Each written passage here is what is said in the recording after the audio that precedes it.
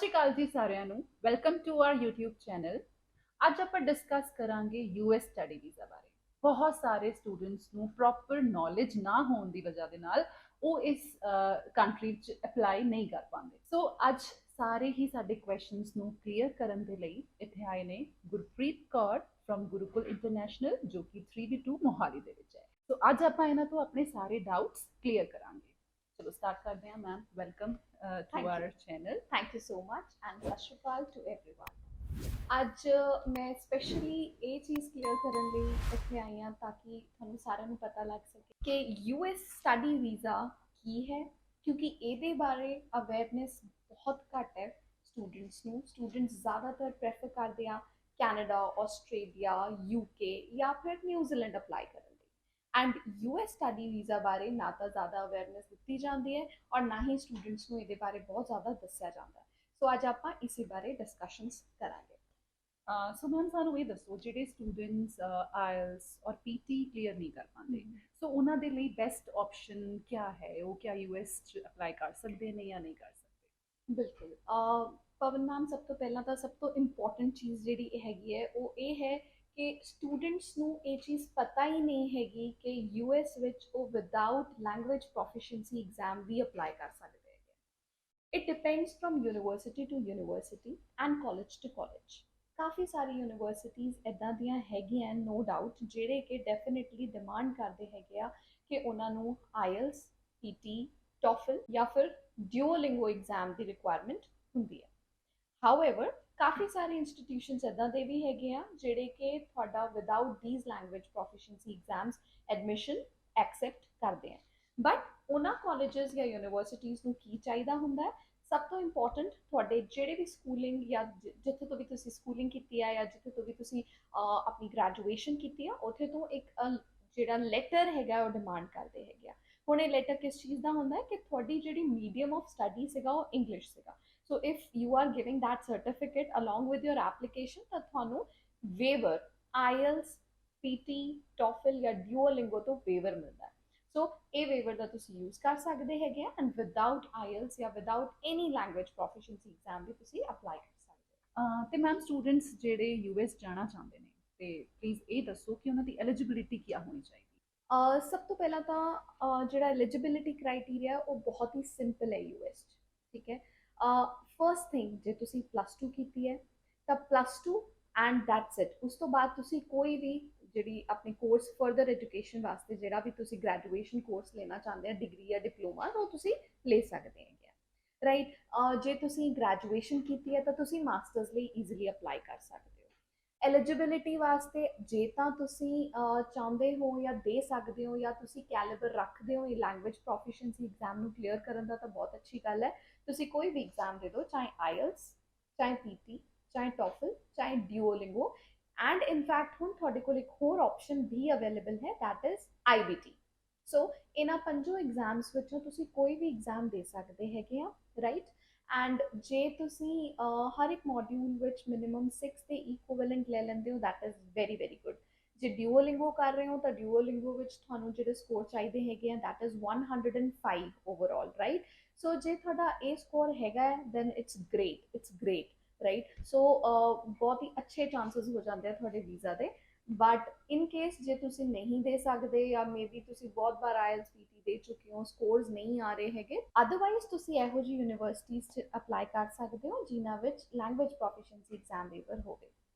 ਸੋ simple ਜਿਹਾ criteria, ਕੋਈ ਬਹੁਤ ਵੱਡਾ ਲੰਬਾ ਚੌੜਾ ਕ੍ਰਾਈਟੇਰੀਆ ਨਹੀਂ ਹੈਗਾ। ਓਕੇ ਮੈਮ, ਇਹਦੇ ਨਾਲ ਨਾਲ ਗੈਪ, ਕਈ ਸਟੂਡੈਂਟਸ ਦੀ ਸਟੱਡੀ 'ਚ ਬਹੁਤ ਜ਼ਿਆਦਾ ਗੈਪ ਹੁੰਦਾ ਹੈ, ਸੋ ਗੈਪ ਦੇ ਰਿਗਾਰਡਿੰਗ ਤੁਸੀਂ ਕੀ ਕਹਿਣਾ ਚਾਹੋਗੇ? Gap actually is the most I would say the difficult part ਜਿਹੜਾ ਕਿ ਸਟੂਡੈਂਟਸ ਨੂੰ ਫੇਸ ਕਰਨਾ ਪੈਂਦਾ ਹੈ। ਜੇ ਉਹਨਾਂ ਦਾ ਬਹੁਤ ਸਾਰਾ ਗੈਪ ਆ ਗਿਆ ਸਟੱਡੀ 'ਚ ਤਾਂ ਫਿਰ ਆਸਟ੍ਰੇਲੀਆ ਐਕਸੈਪਟ ਨਹੀਂ ਕਰਦਾ, ਰਾਈਟ। ਆਸਟ੍ਰੇਲੀਆ ਤਾਂ ਬਲਕਿ ਬਹੁਤ ਹੀ ਜ਼ਿਆਦਾ ਰੀਸੈਂਟ ਸਟੂਡੈਂਟਸ ਲੈਂਦਾ, that is 2023 pass out, 2022 pass out, right. So ਜਿਨ੍ਹਾਂ ਦਾ ਗੈਪ ਉਸ ਤੋਂ ਜ਼ਿਆਦਾ ਹੈਗਾ, ਕੁਝ ਈਅਰਸ ਦਾ ਗੈਪ ਕੈਨੇਡਾ ਐਕਸੈਪਟ ਕਰਦਾ ਹੈ, UK ਕਰਦਾ ਹੈ। But then if I talk about US, then US ਵਿੱਚ ਜਿਹੜਾ study gap ਹੈ, that doesn't matter until and unless you are a student who is really willing to apply। ਮਤਲਬ ਤੁਸੀਂ ਐਵੇਂ ਦੇ ਬੱਚੇ ਹੈਗੇ ਆ ਜਿਹੜੇ ਕਿ ਰੀਅਲੀ ਤੁਸੀਂ ਅਪਲਾਈ ਕਰਨਾ ਚਾਹੁੰਦੇ ਹੋ, ਤੁਸੀਂ ਸਟੱਡੀ ਕਰਨਾ ਚਾਹੁੰਦੇ ਹੋ ਫਰਦਰ, ਤਾਂ US ਤੁਹਾਡੀ ਏਜ पहली चीज़। और थोड़ा गैप वो मैटर नहीं करता उन्होंने। इट इज़ वेरी इंपॉर्टेंट कि यूएस विच कई बार कई स्टूडेंट्स इदा के भी है जिन्होंने 8 to 10 ईयर्स के गैप्स भी एक्सैप्ट हुए हैं। ईवन ਹੁਣ ਰੀਸੈਂਟ ਮੈਂ ਤੁਹਾਨੂੰ ਇੱਕ ਕੇਸ ਦੱਸਦੀ ਹਾਂ ਜਿਹਦੇ ਵਿੱਚ ਇੱਕ 60 ਈਅਰ 올ਡ ਮੈਨ ਸੀਗਾ, ਉਹਦਾ ਵੀ ਐਕਸੈਪਟ ਹੋਇਆ ਸੀਗਾ ਵੀਜ਼ਾ, ਰਾਈਟ।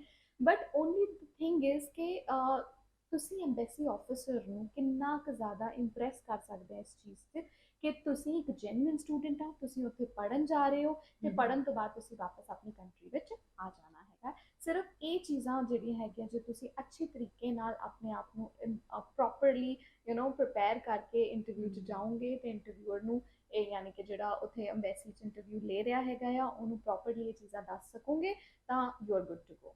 ਤਾਂ ਬਸ ਇੰਨਾ ਜਿਹਾ ਪ੍ਰੋਸੈਸ ਹੈ। ਗੈਪ ਦਾ ਕੋਈ ਖਾਸਾ ਇਸ਼ੂ ਯੂਐਸ 'ਚ ਨਹੀਂ ਹੁੰਦਾ। ਓਕੇ ਮੈਮ, ਨੈਕਸਟ ਕੁਐਸਚਨ ਹੈਗਾ ਕਿ ਆਪਾਂ ਅਪਲਾਈ ਕਿੱਦਾਂ ਕਰ ਸਕਦੇ ਹਾਂ? ਸੀ ਐਪਲੀਕੇਸ਼ਨ ਬਹੁਤ ਹੀ ਕਲੀਅਰ ਕੱਟ ਹੁੰਦੀ ਹੈ ਯੂਐਸ ਦੀ। ਸਭ ਤੋਂ ਪਹਿਲਾਂ ਤੁਸੀਂ ਕਾਲਜ ਦੀ ਵੈਬਸਾਈਟ ਦੇ ਉੱਪਰ ਜਾ ਕੇ ਸਟੂਡੈਂਟ ਲੌਗਇਨ ਕ੍ਰੀਏਟ ਕਰਨਾ ਹੁੰਦਾ ਆ। ਉਸ ਤੋਂ ਬਾਅਦ ਤੁਸੀਂ ਆਪਣੀ ਪੂਰੀ ਦੀ ਪੂਰੀ ਪ੍ਰੋਫਾਈਲ ਉਹਨਾਂ ਨੂੰ ਭੇਜੋਗੇ, ਆਪਣੇ ਸਟੱਡੀ ਡਾਕੂਮੈਂਟੇਸ਼ਨਸ, ਆਪਣੇ funds R very very important. Universities ਚਾਹੁੰਦੀਆਂ ਹੈ ਕਿ ਤੁਹਾਡੇ ਕੋਲ ਘੱਟੋ ਘੱਟ ਇੰਨਾ ਪੈਸਾ ਹੋਵੇ ਕਿ ਤੁਸੀਂ ਉੱਥੇ ਆ ਕੇ ਪੜ੍ਹ ਸਕੋ, ਤੁਸੀਂ ਆਪਣੇ ਲਿਵਿੰਗ ਐਕਸਪੈਂਸਿਸ ਅਫੋਰਡ ਕਰ ਸਕੋ।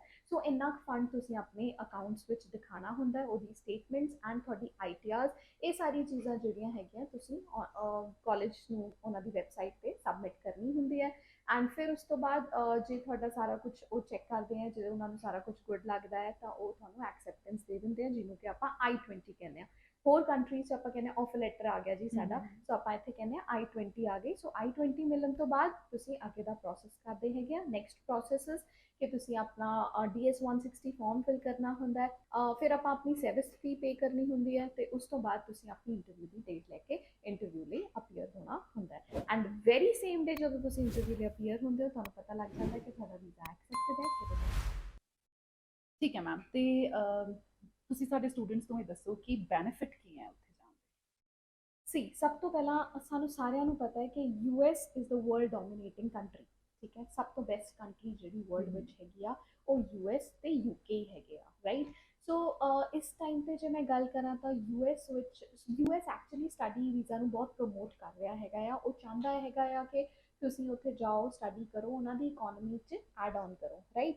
ਸੋ ਸਭ ਤੋਂ ਪਹਿਲਾ ਬੈਨੀਫਿਟ ਮੈਂ ਕਹਾਂਗੀ ਇਹ ਹੈਗਾ ਹੈ ਕਿ ਇੱਕ ਤਾਂ ਯੂਐਸ ਐਜੂਕੇਸ਼ਨ ਜਿਹੜਾ ਹੈਗਾ ਆ ਉਹ ਸਭ ਤੋਂ ਮੈਂ ਕਹੂੰਗੀ ਜੇ ਤੁਹਾਡਾ CV ਦੀ ਗੱਲ ਕਰੀਏ ਤਾਂ ਉਹਦੇ 'ਚ ਇੱਕ ਸ਼ਾਈਨਿੰਗ ਸਟਾਰ ਹੈਗਾ ਹੈ, ਰਾਈਟ। ਤੁਸੀਂ ਯੂਐਸ ਤੋਂ ਕੋਈ ਵੀ ਐਜੂਕੇਸ਼ਨ ਦਿੱਤੀ ਹੈ, ਤੁਸੀਂ ਕੋਈ ਡਿਗਰੀ ਜਾਂ ਡਿਪਲੋਮਾ ਕੀਤਾ ਹੈ ਤਾਂ there are very very very bright chances ਕਿ ਤੁਹਾਨੂੰ ਕਿਤੇ ਵੀ ਥਰੂ ਆਊਟ ਦ ਵਰਲਡ ਬਹੁਤ ਅੱਛੀ ਜੌਬ ਓਪਰਚੁਨਿਟੀਜ਼ ਮਿਲਣਗੀਆਂ। ਦੂਸਰੀ ਚੀਜ਼, ਜਦੋਂ ਵੀ ਤੁਸੀਂ ਯੂਐਸ ਜਾਂਦੇ ਹੈਗੇ ਹੋ ਤਾਂ ਯੂਐਸ ਆਫਟਰ ਸਟੱਡੀ ਤੁਸੀਂ ਤੁਹਾਡੇ ਕੋਲ ਬਹੁਤ ਅੱਛੇ ਕਰੀਅਰ ਆਪਸ਼ਨਸ ਹੁੰਦੇ ਆ, ਤੁਸੀਂ ਅੱਛੀ ਜੌਬਸ ਉੱਥੇ ਹੀ ਕਰ ਸਕਦੇ ਹੈਗੇ ਆ, right. And after doing your jobs like ਜਦੋਂ ਤੁਸੀਂ ਵਰਕ ਪਰਮਿਟ 'ਤੇ ਜਾਂ ਵਰਕ ਵੀਜ਼ਾ 'ਤੇ ਤੁਸੀਂ ਕੰਮ ਕਰ ਰਹੇ ਹੈਗੇ ਆ ਉੱਥੇ, ਤੇ ਉਸ ਟਾਈਮ ਤੁਸੀਂ ਗ੍ਰੀਨ ਕਾਰਡ ਲਈ ਵੀ ਅਪਲਾਈ ਕਰ ਸਕਦੇ ਆ। ਜਿਹੜੇ ਬੱਚੇ ਸੋਚਦੇ ਆ ਸੈਟਲਮੈਂਟ ਬਾਰੇ ਤਾਂ ਉਹ ਵੀ ਚੀਜ਼ ਪੋਸੀਬਲ ਹੈ, ਬਟ ਉਹਦੇ ਲਈ ਇੱਕ ਪ੍ਰੋਸੈਸ ਹੈ ਜਿਹੜਾ ਕਿ ਤੁਹਾਨੂੰ ਪ੍ਰੋਪਰਲੀ ਫੋਲੋ ਕਰਕੇ ਚੱਲਣਾ ਪੈਂਦਾ ਹੈ। ਤੇ ਮੈਮ ਕਿੰਨੇ ਟਾਈਮ ਦਾ ਪ੍ਰੋਸੈਸ ਹੁੰਦਾ ਹੈ? ਸੀ ਟਾਈਮ ਦਾ ਜੇ ਮੈਂ ਪ੍ਰੋਸੈਸ ਗੱਲ ਕਰਾਂ ਤਾਂ ਜਿੱਦਾਂ ਹੁਣ ਫੋਰ ਐਗਜ਼ਾਮਪਲ ਨੈਕਸਟ ਜਿਹੜਾ ਕਮਿੰਗ ਇਨਟੇਕ ਹੈਗਾ ਹੈ ਯੂਐਸ ਮੈਕਸਿਮਮ ਕਾਲਜਸ ਵਿੱਚ ਉਹ ਅਕਤੂਬਰ ਦਾ ਹੈਗਾ, ਤੇ ਉਹਦੀ ਜਿਹੜੀ ਡੈਡਲਾਈਨ ਹੈ ਜੇ ਆਪਾਂ ਗੱਲ ਕਰੀਏ ਤਾਂ ਆਪਾਂ ਕੋਸ਼ਿਸ਼ ਕਰੀਏ ਤੇ ਬਿਫੋਰ ਅਗਸਤ ਜਾਂ ਬਿਫੋਰ ਜੁਲਾਈ ਤੁਸੀਂ ਆਪਣੇ ਸਾਰਾ ਕੁਝ ਸਬਮਿਟ ਕਰਕੇ I-20 ਜੇ ਤੁਹਾਨੂੰ ਮਿਲ ਜਾਂਦੀ ਹੈਗੀ ਆ ਤਾਂ ਉਸ ਤੋਂ ਬਾਅਦ ਜਿਹੜਾ ਹੈਗਾ ਡਿਪੈਂਡ ਕਰਦਾ ਕਿ ਐਮਬੈਸੀ ਇੰਟਰਵਿਊਜ਼ ਕਦੋਂ ਓਪਨ ਹੁੰਦੇ ਆ।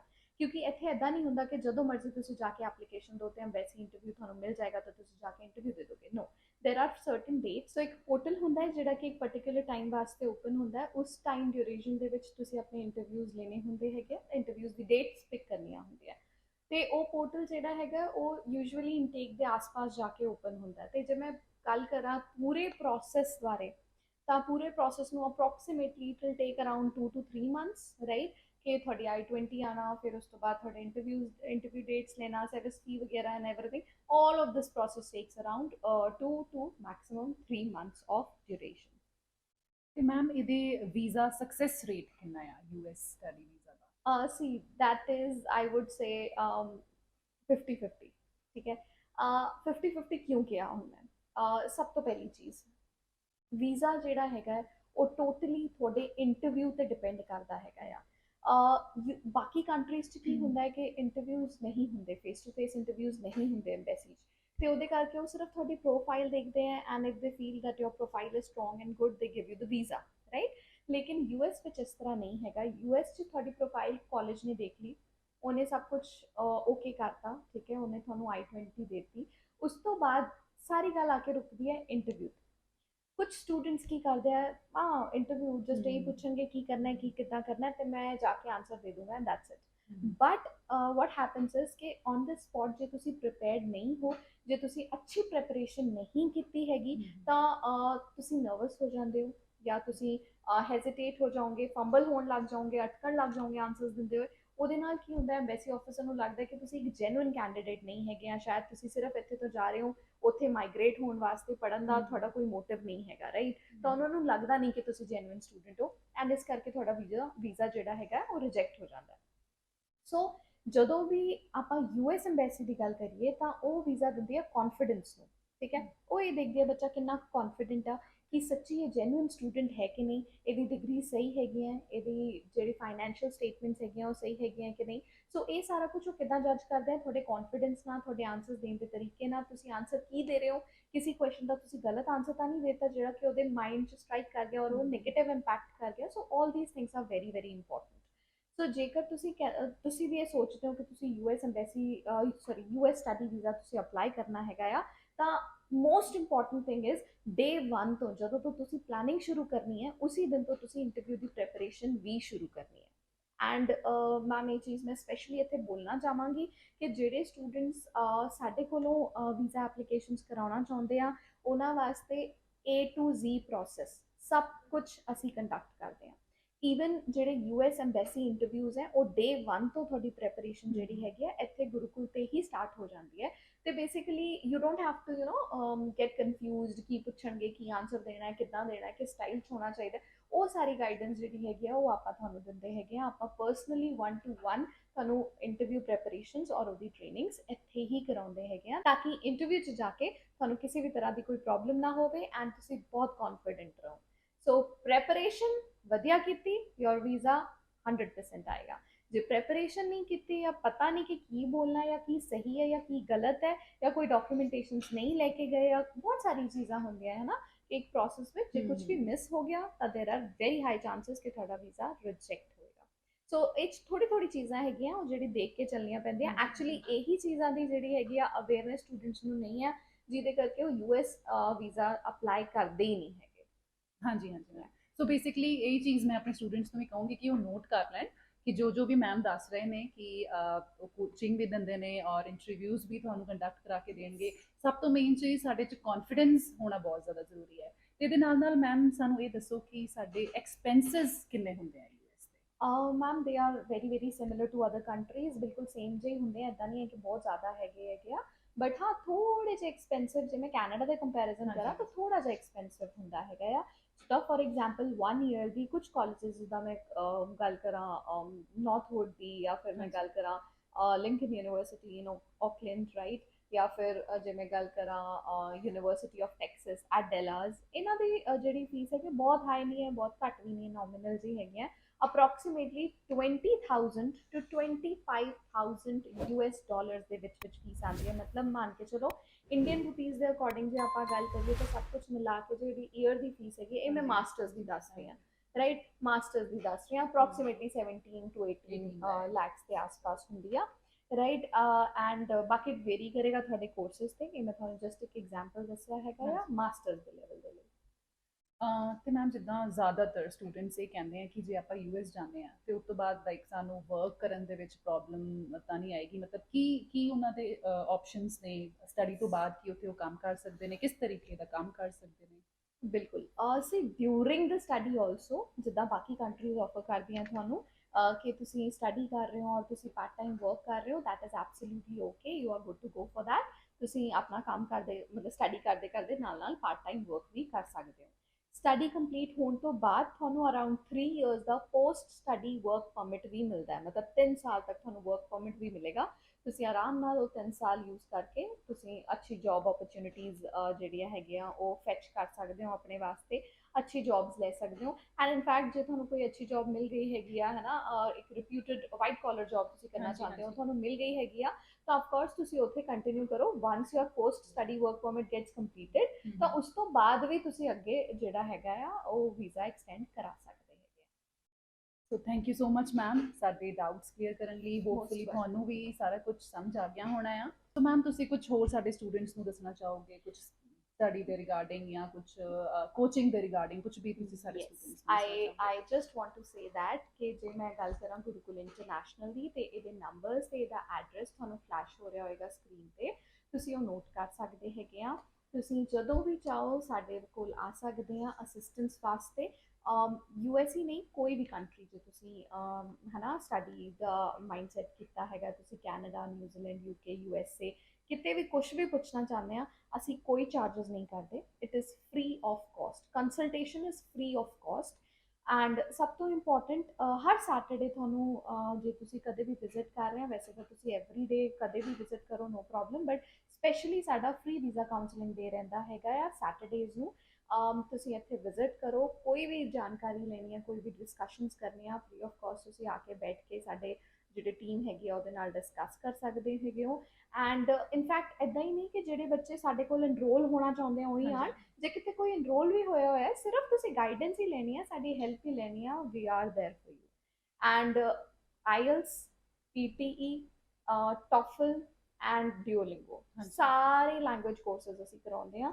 ਐਂਡ ਅਸੀਂ ਇਨਫੈਕਟ ਕੋਸ਼ਿਸ਼ ਕਰਦੇ ਹਾਂ ਕਿ ਅਸੀਂ ਬੱਚਿਆਂ ਨੂੰ 100% ਸਕੋਰ ਗਾਰੰਟੀ ਦਈਏ। ਸਪੈਸ਼ਲੀ ਡਿਓਲਿੰਗੋ ਮੈਂ 100% ਗਾਰੰਟੀ ਦਿੰਦੀ ਹਾਂ ਬੱਚਿਆਂ ਨੂੰ। PT ਐਂਡ IELTS ਬਹੁਤ ਸਾਰੇ ਸਟ੍ਰੈਟਜੀਜ਼ ਐਂਡ ਵਰਕਆਊਟ ਦੇ ਨਾਲ ਅਸੀਂ ਕਵਰ ਕਰਵਾਉਂਦੇ ਹਾਂ। ਸੋ ਤੁਸੀਂ ਕਦੇ ਵੀ ਵਿਜ਼ਿਟ ਕਰੋ, most welcome. So that's all for today. Thank you so much ma'am for coming and Thank you so much. ਸਾਰੇ ਸਾਡੇ ਡਾਊਟਸ ਕਲੀਅਰ ਕਰਨ ਲਈ। ਅਗਰ ਤੁਹਾਨੂੰ ਹਜੇ ਵੀ ਕੋਈ ਕੁਐਰੀ ਹੈ, ਤੁਹਾਡਾ ਕੋਈ ਕੁਐਸਚਨ ਹੈ, ਸੋ ਨੰਬਰਸ ਥੱਲੇ ਦਿੱਤੇ ਹੋਏ ਹੈ, ਤੁਸੀਂ ਉਹਦੇ ਤੇ ਵੀ ਕਾਲ ਕਰ ਸਕਦੇ ਹੋ, ਅਦਰਵਾਈਜ਼ ਤੁਸੀਂ ਕਮੈਂਟ ਕਰਕੇ ਵੀ ਪੁੱਛ ਸਕਦੇ ਹੋ। Thank you so much. Thank you so much.